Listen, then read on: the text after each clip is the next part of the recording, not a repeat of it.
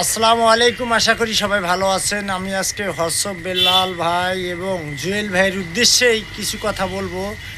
যে হর্ষব বেল্লাল ভাই এবং জুয়েল ভাই এরা কিন্তু বড় মাপের কন্টেন্ট ক্রিয়েটার। আসলে এদের উদ্দেশ্যে আমি আজকে কথা বলতেছি যে আপনারা অসহায় মানুষের পাশে দাঁড়ান, ভালো কাজ করেন, মানবিক কাজ করেন, বেশ ভালো কথা।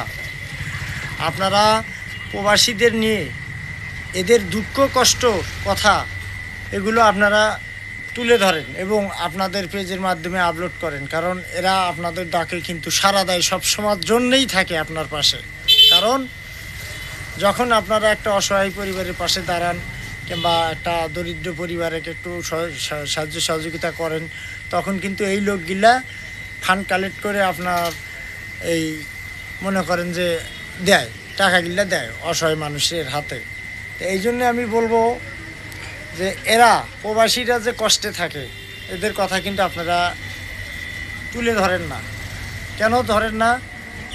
যেদিন থেকে বাংলাদেশ থেকে প্রবাসের উদ্দেশ্যে পাও বাড়ায় সেদিন থেকেই মনে করেন এদের পৃথিবীতে আর কেউ নাই, মানে কেউ নাই আর কি।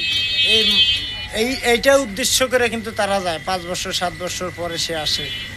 আসলে বাপ মাও থুয়ে যায়, এরা ফিরে এসে দেখতে পারবে কিনা সন্তান বউ পোলাপান, এরা যে গেল প্রবাসে ওখান থেকে ফিরে এসে এদের পাবে কি না, কার আগে কিটা মৃত্যু হয়, এটা বড় আসলে খুব কষ্টের একটা ইয়া।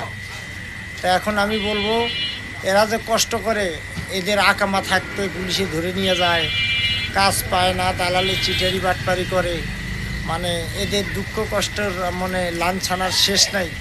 তাই আমি জুয়েল ভাই এবং হর্ষব বেল্লাল ভাই, আমার মুখে হয় না ঠিক মতো, আসলে বললাম আপনারা প্রবাসী ভাইদের নিয়ে কিছু ভিডিও করবেন, এদের দুঃখ কষ্টর কথাগুলো শেয়ার করবেন এবং তুলে ধরবেন, যেন এদের হয়রানি হতে না হয় এবং এরা যেন মনে করেন ঠিকঠাক মতো আকামা পায় এবং ঠিকঠাক মতো কাজ পায়। এই জিনিসগুলো কিন্তু তুলে ধরতে হবে। তাই সবাই ভালো থাকবেন এবং আসসালামু আলাইকুম।